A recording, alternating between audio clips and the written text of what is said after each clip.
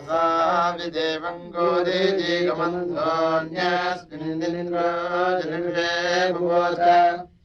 बोधामसरित्वा हर्यस्व यज्ञैर्बोधानस्तोमन्धसोमदेषु प्रयन्ति यज्ञम् विपयन्ति बर्हिः सोममादो विदधे दुग्धवासः न्यो प्रयन्ते यशसो गृहादादूरभूमद्धो मृडानो मृडादाः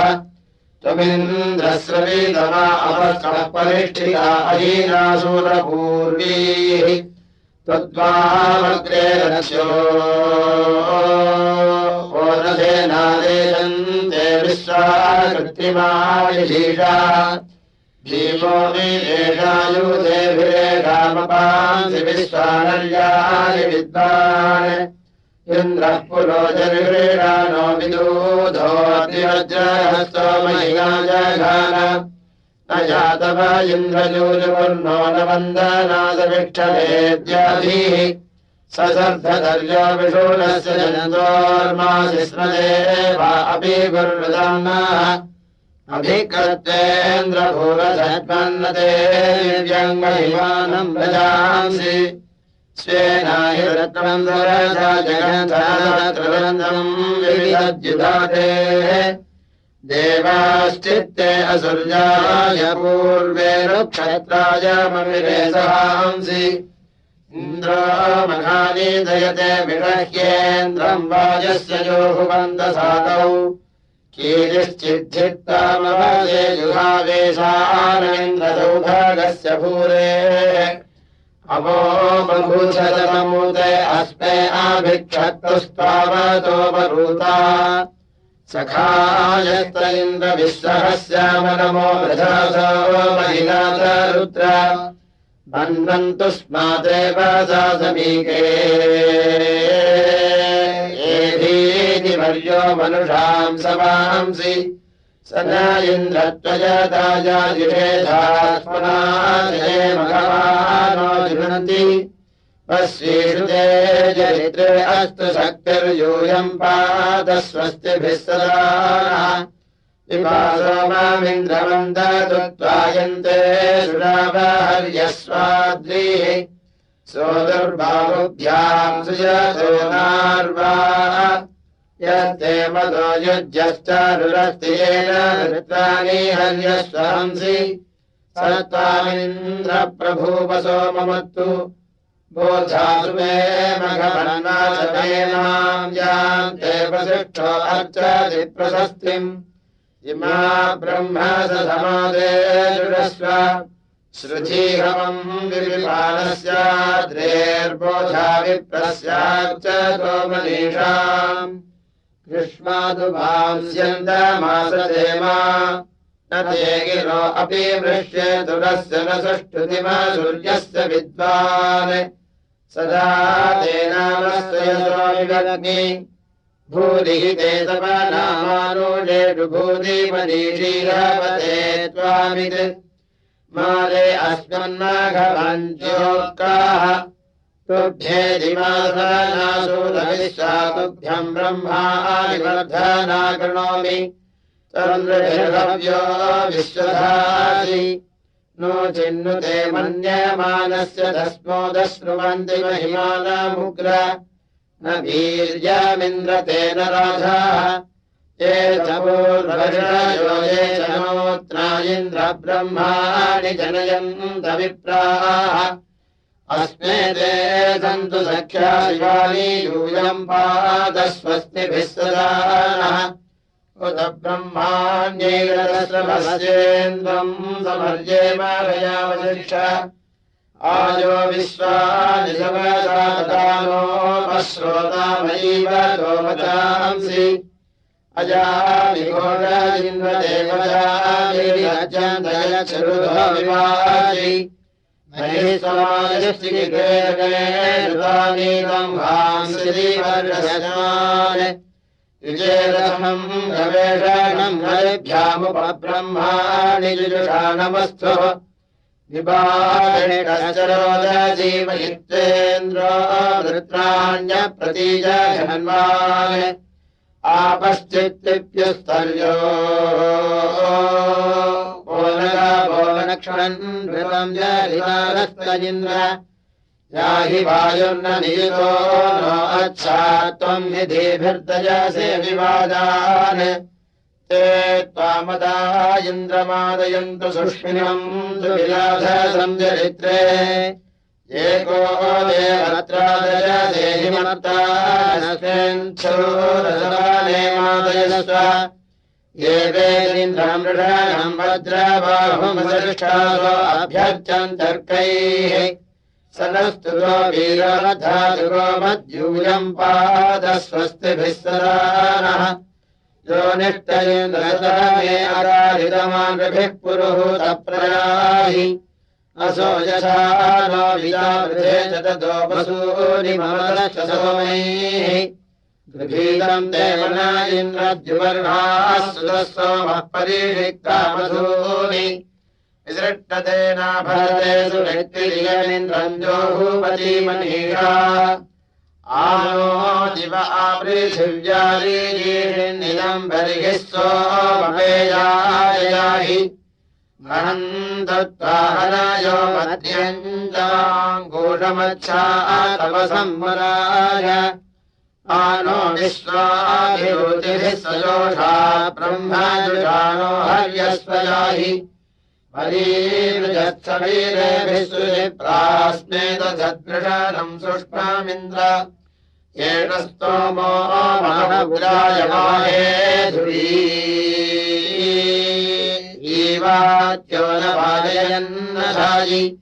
इन्द्रत्वायमर्कयीष्ठे वसूनाम् दिवी वद्यामधीमश्रोमादन्धाः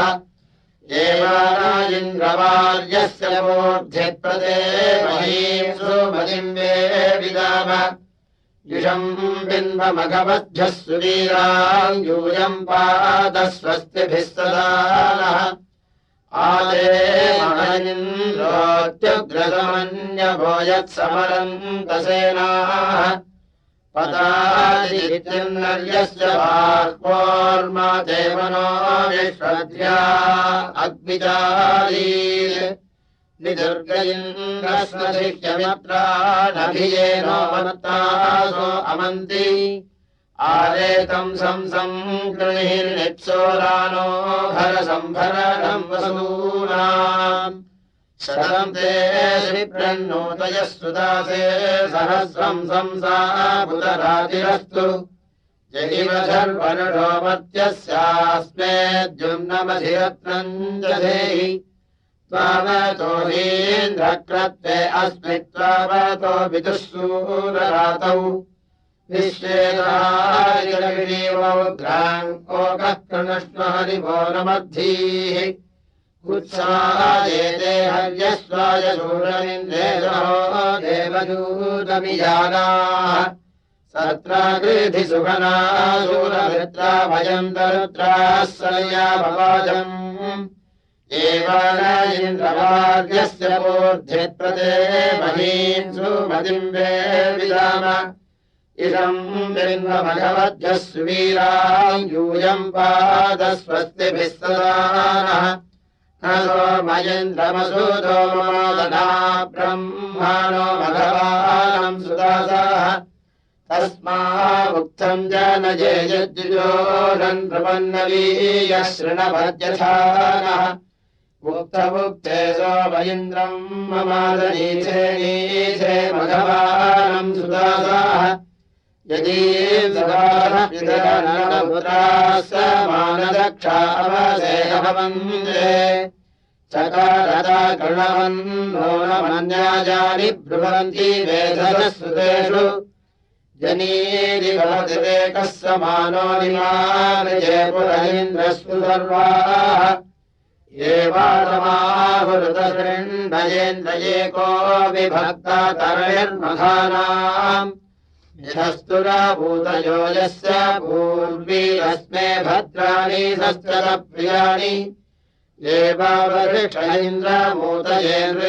कृष्टीनाम् वृषभम् सुते गृह्णाति सहस्रिणौमानो माहिमाजान् यूयम् पाद स्वस्तिभिः सदानः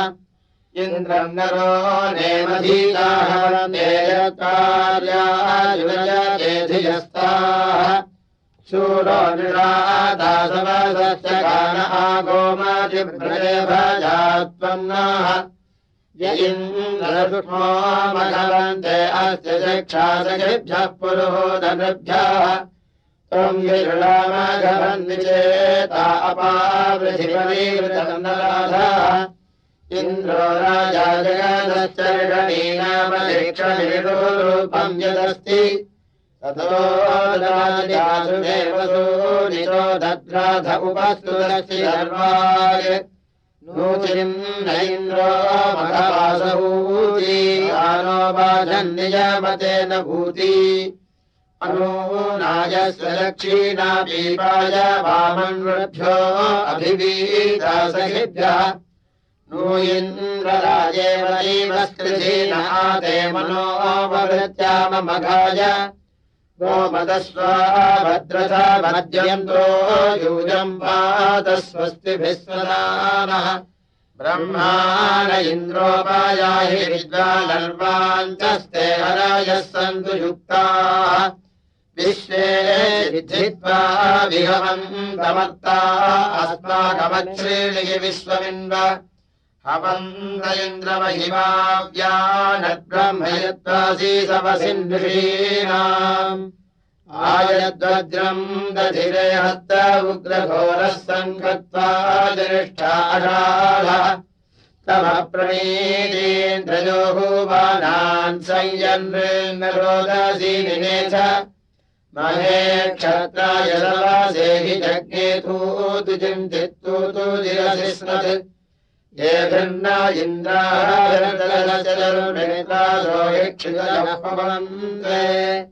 प्रतियच्चष्टे अमृतमनेनावद्विता वरुणो मायीनः स्यात् मोचे मेदिन्द्रम् अघवानमेनम् महो राजो राधसो यद्ददन्नः यो अर्चतो ब्रह्म गतिमविष्ठो यूयम् पाद स्वस्तिभिः सदानः अयम् गोमा इन्द्रतुभ्यम् स्वन्भानुप्रयाहि हरिवस्तलोकाः पिबात्वा अस्य सुषुदस्य चारोर्दतो मघानी मघवन्निजानः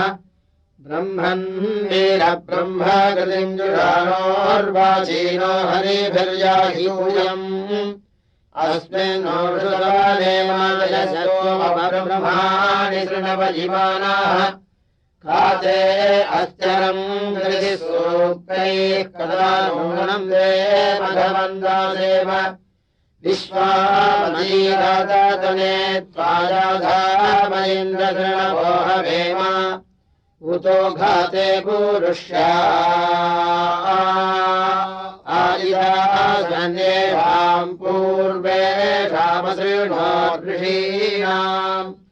अथागन्त्वामघवञ्जो हवीर्वन्न इन्द्राधिप्रमाधिक्विदेव भोचे मेदिन्द्रम् मघवानमेनम् महो राजो राधसो यद्ददन्नः यो अर्चतो ब्रह्म कृतिमविष्ठो यूयम् पाद स्वस्तिभिः सदानः आनो देवसवासायाहि तस्मिन् भवार्थ इन्द्रराजो अस्य महे ब्रह्मणाय नृपते सुरज्रमहि क्षत्राय वंस्याय शूर हवन्तमुत्वाहव्यम् विवाचिनोषसूराः सूर्यस्य साधौ त्वम् विश्वेषु सेन्योजनेषु त्वम् वृत्राणि रन्धया सुगन्तु अर्हादिरिन्द्रसुधिराभ्युच्छान्ततो यत्केतुमुपमम् समत्सु ज्ञा अग्निः सीदधसूरो न होताहुमानो अत्र सुभगाय देवान् भयन्ते तायन्द्रजेत देवस्तवन्तसूरददातो मघानि यच्छासूरेभ्यः उपमम् वरोधाम् स्वाभुवो जरणामश्नवन्त भोचे मेदिन्द्रम् मघवानमेनम् महो राजो राधसो यद्ददन्नः यो अर्चतो ब्रह्मगतिमविष्ठो यूजम् पाद स्वस्तिभिः सदा नः प्रभ इन्द्राजमादनम् हर्यस्वाजगाजत सखायस्वभावने संसे दुःखम् सुदानवपुरजक्षम् यथानराः चतुर्मासत्यराधते त्वन्नाजिन्द्रवाजयुस्तम् गव्युः सादक्रतो त्वम् हिरण्युर्वासो वजमिन्द्रत्वाजवोभिप्रणोनुमोर्हन् विद्धीत्वा अस्य नो वसो मानो निदेशवक्तवेजोरम् धीराव्ने ते अभिक्रतुर्मम त्वम् मर्मासि सप्रसः पुरो योधश्च वृत्रहन् त्वया प्रतिब्रुवे युजा महा उदासि यस्य ते दुःस्रधावरीसः अम्नाते इन्द्ररोदसी तन्त्वा मरुत्वातीव निपुवद्वानी सजावारी रक्षमाणा सहद्युभिः ऊर्ध्वा तस्त्वाम् विन्द्रभोभवन्तस्त्वमुपद्यवि सन्तेन मन्द्रकृष्टयाः प्रभो महेमाहिवृधे भरध्वम् मृतेदसे प्रसूमतिम् गृणध्वम् दिशः पूर्वीः प्रजराजर्षणिप्राः पुरुव्यचासे महिनेषु वृत्तिमिन्द्राय ब्रह्म जनयन्त विप्राः तस्य व्रतानि नमीनन्ति धीराः केन्द्राम्बाणीरनुत्तमन्युमेव सत्रा राजानन्दधिरे सहध्यै हर्यस्वाय वर्गजा समामीर मूढश्वा बाघरश्चनारे अस्मन्नगीरमन् आरात्ताचित्समादम् नागाहीहवासन्नुपश्रुति इमे ह्ये ब्रह्मर्गसुवेदामहुमक्षासते इन्द्रे रामम् जरिगारो वसूयघोरसेन पादमादधुः राजस्कामो वज्रहस्तम् सुदक्षिणम् पुत्रोऽनविदलमम् भुवे इम इन्द्राय संविदे सोमासो दध्यासिरः तान् आमदाय वज्रहस्तपीतये हरिभ्याम् याह्योगः श्रवच्छुकर्णयीयते वसूनाम् नूचिन्नो वर्धिषद्गिराः सत्यश्चेत्यः सहस्राणि सदादन्नगर्दित्सन्तमामीनत् स वीरो अप्रविष्कृत इन्द्रेण शूशुभे नृभिः यस्ते गभीरासवनानिरत्रहन् सुनोत्या च धावति भवावरूढमघवन्मघोनान्यत्समजासि रद्धतः वित्पादस्य वेदनम् भजे नश्याधूनासो भरागयम् सुनोता सोमवाग्ने सोममिन्द्राय वज्रिणे पचता पत्तीरवसे गणध्वनि तृणन्नित्प्रीणते मया मास्नेधर सोमिनो रक्षता महेन्द्रम् राज आदुजे तरणिरिज्याय दीक्षेति पुष्याधिरदेवासः कपत्रवेः न किः सुदासोरथम्बर्यासनरीरमत् इन्द्रो यस्यावितायस्य मरुतोगमत्सगोमधिव्रजे गमद्वाजम् वाजयन्नेन्द्रमर्त्यो यस्य त्वमाविता भुवाः अस्माकम् बोध्यवितारसानामस्माकम् सूरऋणाम् उदिन्वस्य रिच्छतेम् शोधनन्न जिज्ञुषाः यदिन्द्रो हरिवान्नदभन्दिताम् रिपो दक्षमम् दधाति सोमिनि मन्त्रमखर्वम् सुधीतम् सुपेशसम् दधात यज्ञेष्वा पूर्वीश्च न प्रसीदयस्तरन्ति तञ्ज इन्द्रे कर्मणा भुवत् कस्तमिन्द्रत्वा वासुमानत्यो दधर्षति श्रद्धायुक्ते मघवन्वार्ये जीवाजीवाजम् शिशासति मघोनस्मरत्रहत्येषु चोदजये ददाति प्रिया वसु तव प्रणीति हर्यस्व सूरिभिर्विश्वातरे मधुरिका तवेदिन्द्रावमं वसुत्वं पुष्यसि मध्यमम् सत्रा विश्वस्य परमस्य राजसि नकिष्ट्वा गोषो मृण्वते त्वं विश्वस्य धनदादिश्रुतोययीं भवञ्जाजयाः तवायं विश्वः पुरुहूतपार्थिवो भस्युर्नाम भिक्षते यदिन्द्रयावतस्त्वमेतावदहमीशीय स्तोतारमिद्दीधिके यरदापसो नपात्वाय रासीय शिक्षेयमिन्नाहयते दिवे दीपे राज आकूह चिद्विदे न हि त्वधन्यम् मघवन्नाप्यम्बस्यो अस्ति पिताचर करणित्सीषा सदिवाजम् पुरम् ध्यायुजा आवइन्द्रम् पुरुहूतम् न मे गिलानेमिम् दष्टेव सध्रुवम्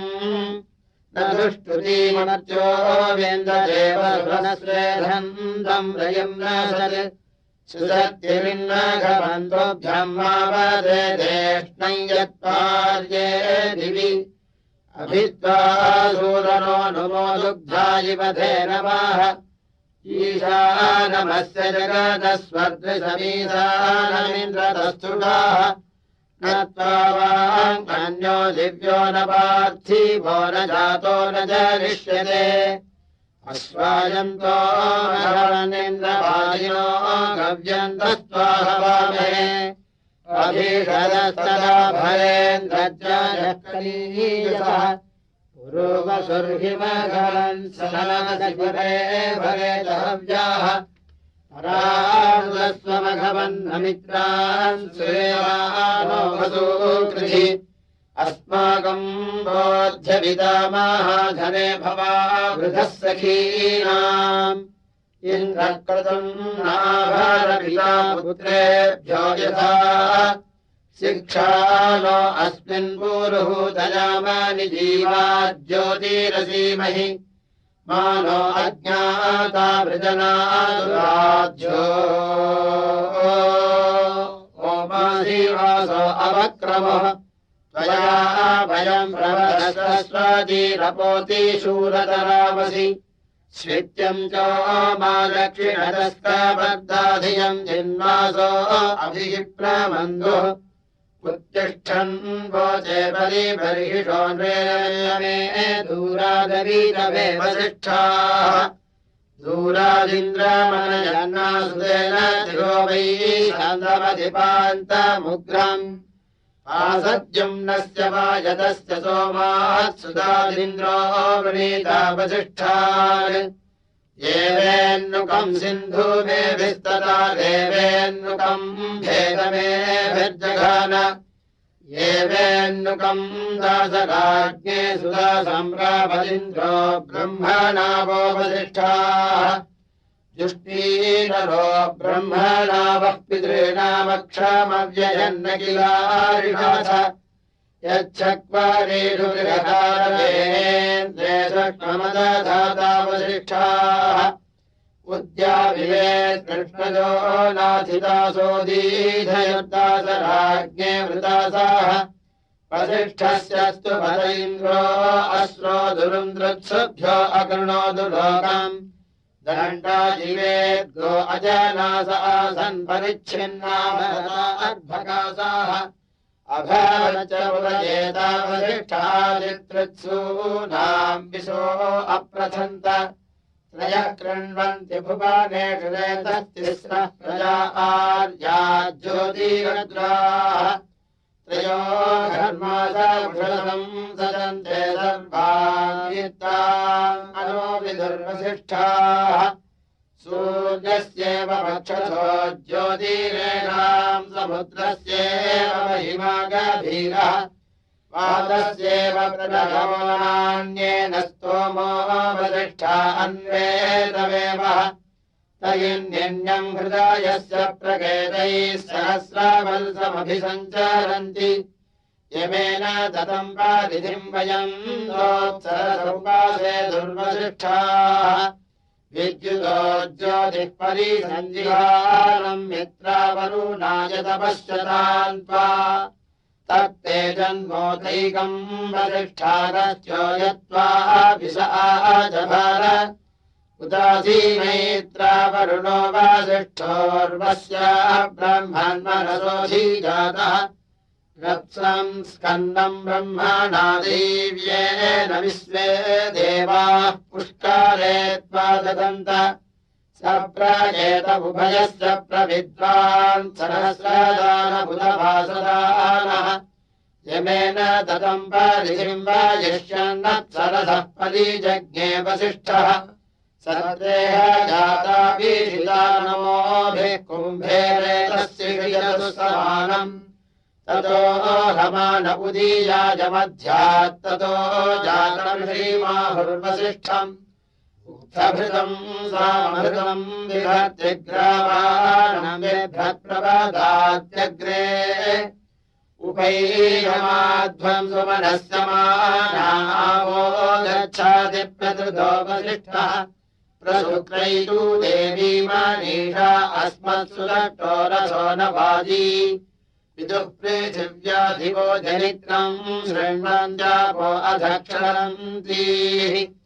आपस्थितस्मै पिन्वन्द्रपृथ्वीर्वृत्रेषु रामम् सनन्दभूराः आधोष्वस्मै दधाता स्वानेन्द्रो न भद्रीहिरण्यबाहुः अभिप्रस्थाता हेव यज्ञम् जाते भवत्मन्त्मना हिनोद वनासमत्सु हिनोत यज्ञम् दधात केतुम् जनाय वीरम् उदस्य सुष्माद्भानुर्नार्तविभक्तिभारम् पृथिवीरभूम वयामि देवान् अयादुरग्ने साधन् धृतेन धियम् दधामि अभिवो देवीम् धियम् दलिध्वम् प्रवो देवत्रा वाचम् कृणुध्वम् आचष्ट आसाम् पाथो नदीनाम् वरुण उग्रः सहस्रचक्षाः राजा राष्ट्राणाम् पेशो नदीनामनुत्तमस्मै क्षत्रम् विश्वायु अभिष्टो अस्मान् विश्वासु भिक्षज्यम् कृणोदनम् निःस्वोः वेददिज्यद्धिषामसे वाजियोदविश्वग्रहस्तनूनाम् अभीन्वा अग्निर्हव्यान्नमोभिः प्रेष्ठो अस्माधायिस्तोमाः सयोर्देवेभिरपान्नपातम् सखायम् कृध्वम् शिवो नो अस्तु अब्जामुक्थैरहिम् गणेशे बुद्धे नदीनाम् रजःसुषीरन् मानो यद्बुद्ध्यो निषेधान्मा यज्ञो अस्य श्रीधृतायोः उदलयेषु ऋषश्रवोऽधः प्रराजेयम् शर्धनन्तो अर्यः तपन्ति सत्रम् स्वा अन्नभूमा महासेनासो अमेभिरेवाम् आयन्नः पत्नीर्गमन्त्यच्छात्पष्टासु पानिर्दधातु वीरान् प्रतीनस्तो मन्त्रष्टाजुषेतस्यादस्ते अरमदिर्वसूयुः तानो रासन् राजिषा चोमसून्यारोदसी वर्णानि शृणोतु वरूत्रीभिः सुसरणो नो अस्तु त्वष्टासु तत्रो विदधातु राजाः तन्नो राजः पर्वतास्तन्न आपस्तद्राजिषा च ओषधीरुतद्यौः वनस्पतिभिः पृथिवी सजोषा उभे रोदसी परिपासतो नः अनुदुर्वीरोदसी जिगातामलुध्यक्षो वरुण इन्द्रसखा अनुविश्वे मरुतो ये सहसो राजस्यामधरुणम् धियध्यै तन्नयेन्द्रो वरुणो मित्रो अग्निरापवोषधीर्वरिणो जुषन्त सर्वम् श्याममरुतामुपस्थे यूयम् पादस्वस्तिभिः सदा नः शन्न इन्द्राग्नि भवतामवोभिः शन्न इन्द्रावरुणागातहव्या समिन्द्रा सोमासु विगाय सन्नरिन्द्राः पूषणावाजसातौ सन्नो भगस्तमो नः समंसो अस्तु सन्नः पुरन्धिः समो सन्तु राजाः सन्नः सत्यस्य सुयमस्य संसः सन्नो अर्यमापूर्वजातो अस्तु सन्नो धाता समूधत्ता नो अस्तु सन्न गुरुची भवतु स्वधाभिः संरोदशीर्हति सन्नो अदृशन्नो देवानां सुभवानि सन्तु सन्नो अग्निर्ज्योतिरनीको अस्तु सन्नो मित्रावरुणवस्विनासम् सन्नः सुकृतां सुकृतानि सन्तु सन्न जिभिरो अभिमानुवाताः सन्नाद्यावा पृथिवी पूर्वभूतौ समन्तरिक्षम् त्रिशयेनो अस्तु सन्न ओषधीर्वरिणो भवन्तु सन्नो रजसस्पतिरस्तु जिष्णुः सन्न इन्द्रो वसुभिर्देवो अस्तु समादित्येभिर्वरुणः सुशंसाः सन्नो रुद्रो रुद्रेभिर्जलाढः सन्नः त्वष्टाग्नाभिरिहसृणोतु सन्नः सोमो भवतु ब्रह्म सन्नः सन्नो ग्रावाणः समूसन्तु यज्ञाः सन्नः स्वरूणाम् हितयो भवन्तु सन्नः प्रस्वासंवस्तु वेदिः सन्नः सूर्य गुरुचक्षा उदेतु सन्नः सतस्रः प्रतिशो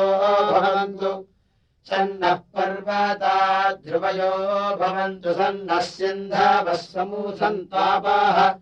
सन्नो अरीतिर्भवतु प्रतेभिः सन्नो भवन्तु मरुतः स्वर्गाः सन्नो विष्णुः समो पुराणो अस्तु सन्नो भवेद्रम् संवस्तु वायुः सन्नो देवस्य विधात्रायमानः सन्नो भवन्तु उषसो विभातीः सन्नः पर्जन्यो भवतु प्रजाभ्यः सन्नः क्षेत्रस्य पतिरस्तु शम्भुः सन्नो देवा विश्वदेवा भवन्तु सरस्वती सहधीभिरस्तु समाभिराजः समूरादिराजः सन्नो दिव्याः पार्थिवाः सन्नो अप्याः सन्नः सत्यस्य पदयो भवन्तु सन्नो अर्वन्तः समूसन्तु गावाः सन्नर्भवः सुहृतः सुहस्ताः सन्नो भवन्तु ऋतरो हवेषु सन्नो अजयेतपाद्देवो अस्तु सन्नो ह्यद्बुद्ध्या असंसमुद्रः सन्नो अपान्नपात्तेरुनस्तु सन्नः प्रश्निर्भवतु देवगोपा आदित्या रुद्रावसवो जुषन्तेदम् ब्रह्म क्रियमाणन्नवीयः शृण्वन्तु नो दिव्याः पार्थिवासो गोजाता उदये यज्ञियासः ये देवानाम् यज्ञियानाम् मनोर्यजत्रा अमृतारुदज्ञाः येनो नासन्तामुरुगायमाद्ययूयम् पादस्वस्तिभिः सदा नः संवदीः पारायन्त्येते तम् पृच्छन्ति वचो युजा अभ्यारन्तम् जमाकेतुम् जये वेदमिति ब्रवन् भासाकेतुम् परिश्रुतम् भारतीर्ब्रह्मवर्धानीः सञ्जानानामही माता जये वेदमिति ब्रवत् इन्द्रस्तम् किम् विभुम् प्रभुम् भानुनेयम् सरस्वतीम्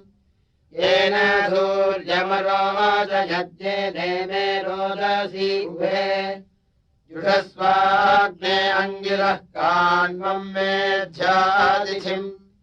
मात्वा सोमस्य वर्बृहत्सुतस्य मधुमत्तमः त्वमग्ने अङ्गिरः शोचस्वदेव वीतमः आसन्तमसन्तमाभिरभिष्टिभिः शान्तिः स्वस्तिमकुर्वत सन्नः कनिक्रतद्देवः पर्जन्यो अभिवर्षतु सन्नो द्यावा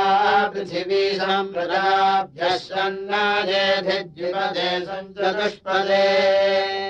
भद्रं नो अपि वातयमनाः ॐ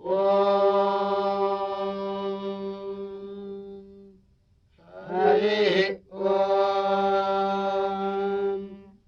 प्रब्रह्मैतु सदनाधृतस्य विरश्मिभिः सदृशे सूर्योगाः विशालो पृथिवी सहस्रपूर्वी पृथुप्रतीकमध्ये अग्निः इमाम् वाम् मित्रावरुणासु वृत्तिमिषन्नकृण्वे असुरानवीयः इनो वामन्यः पादवीरदब्धो जनम् च मित्रो यदतिब्रुवाणः आवादस्य ध्वजदोरन्त इत्यापीपयन्त धेनवो न सूदाः महोदिवः सदनेजाय मानो जिक्रदृढवस्तस्मिन्नूधन् गिराजयेताजिनजद्धरी गयिन्द्रप्रिया सुरथासुरथायु प्रजो मन्यम् रिक्षतोऽभिनात्या सुक्रतुमर्यमणम् नवृत्याम् यजन्ते अस्य रक्ष्यम् वयश्चरमस्विनस्वर्धस्वधामन् विवृक्षो बाबधेर्भिस्तवानरो रुद्राय प्रेष्ठम् आयत्सागम् यशसो वावसानाः सरस्वती सप्तधी सिन्धुमाता याः सुष्वयन्तसुदुघाः सुधारा अभिस्वेन पयसापीप्यानाः उदत्येनो मरुतो मन्दसानाधियम् तोकम् च वाजिनो वन्तु मानः परिख्यदक्षराचरन्त्यवीवृधन्यज्यम् ते रयिम्नाः प्रभो महीमनमातिम् कृणध्वम् प्रपूषणम् विदध्या अनवीरम् भगवम् धियो विकारणम् नो अस्याः सातौ वाजम् रादिशाचम् पुनन्धिम् अच्छायम् वो मरुतश्लोकये त्वच्छा विष्णुम् निषिक्तपामबोधि उदप्रजायै गृणते वयोधुर्यूयम् पादस्वस्तिभिः सदानः आपो वायुष्ठो वगतुस्तवध्येरसो वाजारुक्षणोऽमृक्तः अभित्रिवृष्टैः स्वबालेषु सोमैर्मदेषु प्रामभिप्रणध्वम् यूयम् हरत्रम् भगवत्सु धत्तः स्वदृशारुभक्षणो अमृक्तम् संयज्ञेषु स्वधावन्तः पिबध्वम् विनो राधांसि मतिभिर्दयध्वम् उभोचिथैमघरणम् ज्येष्ठम् महो अर्धस्य वसूनो विभागे उभाते पूर्णा वसूनागभक्तेन सूनृता निजामते वसव्या त्वमिन्द्रस्त्वया सारभुक्षा वाजो न साधुरस्तमे श्रुत्वा वयम् नुते दास्वाम् सस्याम ब्रह्म गृह्णन्तो हरिवो वसिष्ठाः सनीतादिप्रवतो दादुषे चिद्याभिर्विवेणो हर्यस्वधीभिः भवन्मानुते युज्याभिरूतीरदान इन्द्रराज आदर्शस्येः मालयादेव वेधसस्त्वन्नः कदा न इन्द्रवचसो बुबोधः अस्तम् प्रात्याधियादयम् सुवीरम् वृक्षाणो अर्वाण्योहीतवाजी अभियम् देवी निर्वीतिस्थिति सेनक्षन्त इन्द्रम् शरदः सुवृक्षाः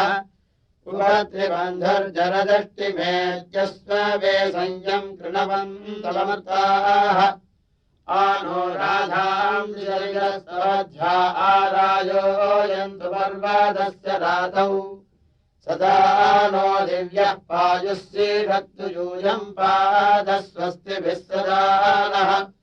उदृश्य देवः स पिताय यामहिरण्ययी मम चिञ्जामसि श्रेत् नूनम् भगोहव्यो मानुषेभिर्वियो रत्ना पुरूपसुर्दधाति उदूदिष्टसलिलश्रद्ध्या अस्य हिरण्यपाने प्रभेदामृतस्य यो उर्वीम् पृथ्वीममतिम् सृजान आनृभ्यो मत्तभोजनम् सुभानः अभिष्टुतस्य पिता देवो अस्तु यमादिर्जिस्येव सुरभो गृह्णन्ति सनस्तोमान्नमस्या अस्तनो धाद्विश्वे पायुपायुभिर्निशूरीन् अभियन्ते यदीर्गृणादि सवन्देवस्य सवितर्जुषाणा अभिसम्राजो वरुणो गृणन्त्यभिमित्रासो अर्यमासयोषाः अभिये मिथो मनुषः सवन्ते रात्रिम् दिवो रातिषतः पृथिव्याः अयर्बुद्ध्या उदरः शृणोदवरोत्येकधेनुभिर्निपातु अनतन्नो जास्त्वधर्मम् श्रेष्ठरत्नम् देवस्य सवितुरीयानः भगमुग्रो वासे जोगवीति भगमनुग्रो अथ यातिरत्नम् सन्नो भवन्तु वाजिनो हवेषु देवता विदद्रवस्वर्गाः जम्भयन्तो हिमृगम् रक्षांसि दनेभ्यस्तज्जूयभन्नमीवाः वाजे वाजे मतवाजिनो नो धनेषु विप्रामृतादज्ञाः अस्य मध्वः पिबतमादयध्वम् तृप्तायातपसिभिर्देवजानैः ऊर्ध्वो अग्निस्सु मतिम्बस्वो अस्येत्प्रतीतियूर्निर्देवतादिमेति भेजाते अद्रीरथ्ये भवन्थामृतम् होता नैषितो यजाति प्रभावृजेतु प्रजाभिर्हिरे रामा विश्वतीवभीडय्याते विषामक्तोर्षतः पूर्वभूतौ वायुः पूषा स्वस्तये नियुत्वान् ज्वजा अत्र वसवोरन्धदेवा पुरामन्तरिक्षे वर्जयन्त शुभ्राः अर्वाक्पथमूरुज्जयः कृणध्वाम् श्रोता दूतस्य जग्मुषो नो अस्य ते हि यज्ञेषु यज्ञिया सभूमाः सधस्तम् विश्वे अभिसन्ति देवाः ताम् अध्वरमुसरमलक्ष्यज्ञे दृष्टिभगम् नासत्यापुरन्धिम् आग्नेजिरो दिव आपृथिव्या मित्रम् बाहवरुणमिन्द्रामग्निम् आर्यमनमतीतिम् विष्णुमेषाम् सरस्वती मरुतो मादयन्ताम् शरेहव्यम् मधुभिर्यज्ञियानाम् नक्षत्रमुन्मत्यानामसिन्वन् धारारिजिमविदस्यम् स दासाम् सक्षीमहीर्जेभिर्नुदेवैः नूरोदसी अभिष्टुते वसिष्ठैर्दावानो वरुणो मित्रो अग्निः यच्छन्तु चन्द्रा उपमन्नो अर्कम् यूयम् पादस्वस्तिभिः सदा नः को सृष्टिर्विदध्या आसमेदप्रतिस्तोमम् दधीमहि तुराणाम् यदद्य देवस्य पिता सुपादिश्यामास्य रत्निनो विभागे मित्रस्तन्नो वरुणो रोदसी दद्युभक्तमिन्द्रो अर्यमाददातु दिनेष्टु देव्यदीतीवेग्नो वायुश्चयनी युवैते भगश्च सेदुग्रो अस्तु मरुदस्य सृष्टीयम् मर्गम् मृडस्वा अवाच उदे मग्निः सरस्वती जुनतिलकस्य रायः पर्येतास्ति अयम् हि नेता वरुणऋतस्य मित्रो राजानो अर्यमापोधुः सुगमा देव्यजीकिरणपातेनो अम्भो अतिवर्षन्नरिष्टान् अस्य देवस्य मीरुषो भजा विष्णो रेणस्य प्रभृते हविर्भिः वीरैः रुद्रो रुद्रियम् महित्वम् यासिष्टम् वर्तिरश्विना विरावत् मात्रपूषणन्नाघणयरस्योवलूत्रीयद्रादिशातस्तरासन् मयो भुवो नो अर्वन्तो निपान्तु वृष्टिम् परिज्वापातो ददातु नूरोदसी अभिष्टुते वसिष्ठैर्वृतावानो वरुणो मित्रो अग्निः यच्छन्तु चन्द्रावुपमन्नो अर्कम् यूयम् पादस्वस्तिभिः सदा नः।